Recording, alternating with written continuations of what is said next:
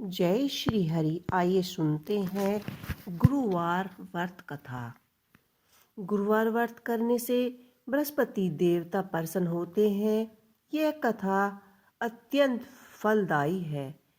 अग्नि पुराण के अनुसार अनुराधा नक्षत्र युक्त गुरुवार से आरंभ करके 7 गुरुवार व्रत करने से बृहस्पति ग्रह की हर पीड़ा से मुक्ति मिलती है। बृहस्पतिवार व्रत कथा प्राचीन समय की बात है। एक नगर में एक बड़ा व्यापारी रहता था। वह जहाजों में माल लादवाकर दूसरे देशों में भेजा करता था। वह जिस प्रकार अधिक धन कमाता था, उसी प्रकार जी खोलकर दान करता था। परंतु उसकी पत्नी अत्यंत कंजूस थी। वह किसी को एक दमड़ी भी नहीं दिया करती थी। एक बार सेठ जब दूसरे देश में व्यापार करने के लिए गए तो पीछे से बृहस्पति देव ने साधु के वेश में उसके पत्नी से भिक्षा मांगी। व्यापारी की पत्नी एक बार सेठ जी जब दूसरे देश गए, व्यापारी की पत्नी बृहस्पति देव से बोली कि हे साधु महाराज, मैं इस दान और पुण्य से तंग आ गई हूँ।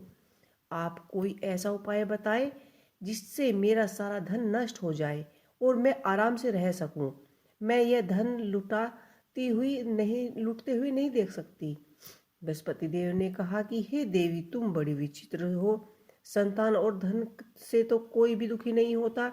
अगर अधिक धन है तो इसे शुभ कार्य में लगाओ।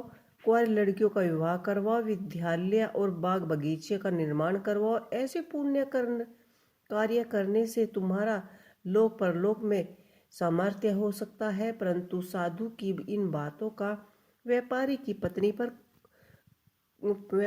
पत्नी को खुशी नहीं हुई और उन्होंने कहा कि मुझे ऐसे धन की आवश्यकता नहीं है जिसमें मैं दान दूं।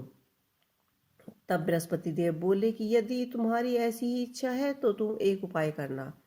7 बृहस्पतिवार को घर से लीपना, अपने केशों को पीली मिट्टी से धोना, केशों को धोते समय स्नान करना, व्यापारी से हजामत बनवाने को कहना, भोजन में मांस मदिरा खाना, कपड़े अपने घर धोना। ऐसा करने से तुम्हारा सारा धन नष्ट हो जाएगा। इतना कहकर बृहस्पतिवार देव जी अंतर्धान हो गए। और व्यापारी की पत्नी ने बृहस्पति देव के कहे अनुसार 7 बृहस्पतिवार वैसा ही करने का निश्चय किया। केवल 3 बृहस्पतिवार ही कि उसे समस्त धन नष्ट हो गया। वह परलोक सिधार गई। जब व्यापारी वापस आए तो उसने देखा कि उसका सब कुछ नष्ट हो चुका है। उस व्यापारी ने अपनी पुत्री को सत्तावना दी और दूसरे नगर में जाकर बस गए। वह वहां जंगल से लकड़ी काट कर लाते और शहर में बेचता। इसी तरह से उनका जीवन व्यतीत होने लगा। एक दिन उसकी पुत्री ने दही खाने की इच्छा प्रकट की, लेकिन व्यापारी के पास दही खाने के लिए पैसे नहीं थे। वह अपनी पुत्री को आश्वासन देकर जंगल में लकड़ी काटने के लिए चला गया। वह एक वृक्ष के नीचे बैठे अपने पूर्व दशा पर विचार करने लगा। उस दिन बृहस्पतिवार था। तभी वहां बृहस्पति देव साधु के रूप में सेठ के पास आए और बोले कि हे मनुष्य, तू इस जंगल में कितनी चिंता में बैठा है। तब व्यापारी बोला कि महाराज, आप सब कुछ जानते हैं। इतना कहकर व्यापारी अपने कहानी सुनाकर रो पड़ा। बृहस्पति देव बोले कि देख बेटा, तुम्हारी पत्नी ने बृहस्पति देव का अपमान किया था, इसी कारण तुम्हारा यह हाल हुआ है। लेकिन अब तुम किसी प्रकार की चिंता मत करो। तुम गुरुवार के दिन बृहस्पति देव का पाठ किया करो। 2 पैसे के चने और गुड़ को लेकर जल के लोटे में शक्कर डालकर वह अमृत और प्रसाद अपने परिवार के सदस्यों और कथा सुनने वालों को बांट दो। स्वयं भी प्रसाद और चरणामृत लो। भगवान तुम्हारी अवश्य ही कल्याण करेगा। साधु की बात सुनकर व्यापारी बोला, महाराज, मुझे तो इतना भी नहीं बचाना कि मैं अपनी पुत्री को दही लाकर दे सकूं। इस पर साधु जी बोले कि तुम लकड़ियों को शहर में बेचकर जाना, तुम्हारी लकड़ियों के दाम पहले से दुगने मिलेंगे, जिससे तुम्हारे सारे कार्य सिद्ध हो जाएंगे। उसने लकड़ी काटी और शहर में बेचने के लिए चल पड़ा। उसकी लकड़ियां अच्छे दामों में बिक गई, जिससे उसने अपनी पुत्री के लिए दही लिया और गुरुवार की कथा हेतु चना गुड़ लेकर कथा की और प्रसाद बांटकर स्वयं भी खाया। उसकी उसी दिन से उसकी सभी कठिनाइयां दूर होने लगी। परंतु अगले बृहस्पतिवार को वह कथा करना भूल गया। अगले दिन वहां के राजा ने एक बड़े यज्ञ का आयोजन कर पूरे नगर के लोगों को भोजन के लिए आयोजन किया था। राजा की आज्ञा अनुसार पूरा नगर राजा के महल में भोजन करने गया, लेकिन व्यापारी व उसकी पुत्री तनिक विलंब से पहुंचे। अतः उन दोनों को राजा ने महल में ले जाकर भोजन कराया। जब वे दोनों लौटकर आए तब रानी ने देखा कि उसका खूंटी पर टंगा हार गायब है। रानी को व्यापारी और उसकी पुत्री पर संदेह हुआ और उसने हर उन दोनों ने ही चुराया है। राजा की आज्ञा से उन दोनों को कारावास की कोठरी में कैद कर लिया। कैद में पड़कर दोनों अत्यंत दुखी हुए। वहां उन्होंने बृहस्पति देवता का स्मरण किया। बृहस्पति देव प्रकट हुए और व्यापारी को उसकी भूल का आभास कराया और उन्हें सलाह दी कि गुरुवार के दिन कैदी खाने के दरवाजे पर तुम्हें 2 पैसे मिलेंगे, उनसे तुम चना और मुनाका मंगवा कर विधि पूर्वक बृहस्पति देवता का पूजन करना, तुम्हारे सब दुख दूर हो जाएंगे। बृहस्पतिवार को कैदखाने के दरबार पर उन्हें 2 पैसे मिले। बाहर सड़क पर एक स्त्री जा रही थी। व्यापारी ने उनको बुलाया और गुड़चने लिए और कहा। इस पर वह स्त्री बोली कि मैं अपनी बहू के लिए गहने ले जा रही हूँ, मेरे पास समय नहीं है।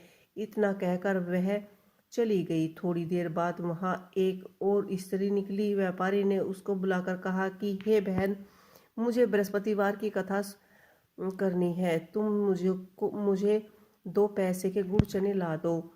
बृहस्पतिवार का नाम सुनकर वह स्त्री बोली कि भाई, मैं तो तुम्हें अभी गुड़ चना ला कर देती हूँ। मेरा इकलौता पुत्र मर गया है, मैं उसके लिए कफन लेने जा रही थी, लेकिन मैं पहले तुम्हारा काम करूँगी, उसके बाद ही अपने पुत्र के लिए कफन लाऊंगी। वह स्त्री बाजार में से व्यापारी के लिए गुड़ चना लेकर आई और स्वयं भी बृहस्पतिवार की कथा सुनी। कथा के समाप्त होने पर वह स्त्री कफन लेकर अपने घर गई। घर पर लोगों ने के पुत्र की लाश को राम नाम सत्य है कहते हुए शमशान ले जाने की तैयारी कर रहे थे।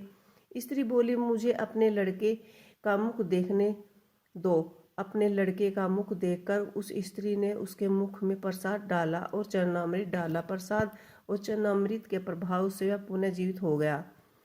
पहले स्त्री जिसने बृहस्पतिवार देव का निरादर किया था, वह जब अपने पुत्र के विवाह हेतु पुत्र वधू के लिए गहने लेकर लौटी तो जैसे ही उसका पुत्र घोड़े पर बैठकर निकला, वैसे ही घोड़े ने उसे उछालकर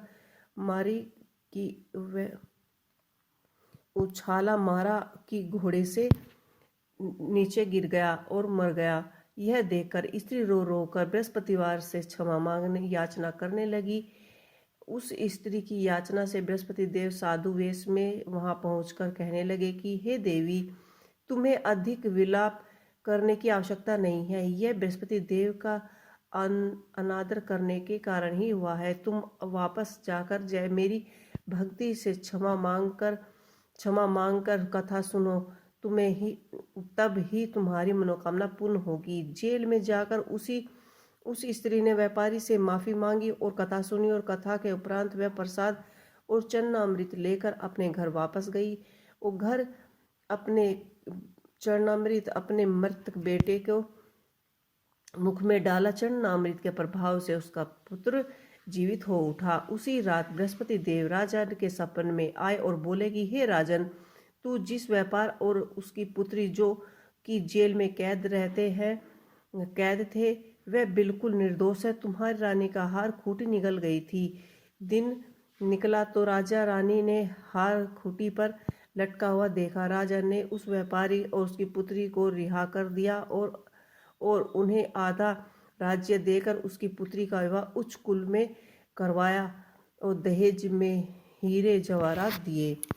तो ये थी बृहस्पति देव भगवान की कथा। जो भी इस कथा को पूरी विधि विधान से सुनता है, कहता है, वे बृहस्पति देव उसकी सभी मनोकामनाएं पूर्ण करते हैं। इसी के साथ ये कथा हम यही समाप्त करते हैं। जय श्री हरि, जय बृहस्पति देव।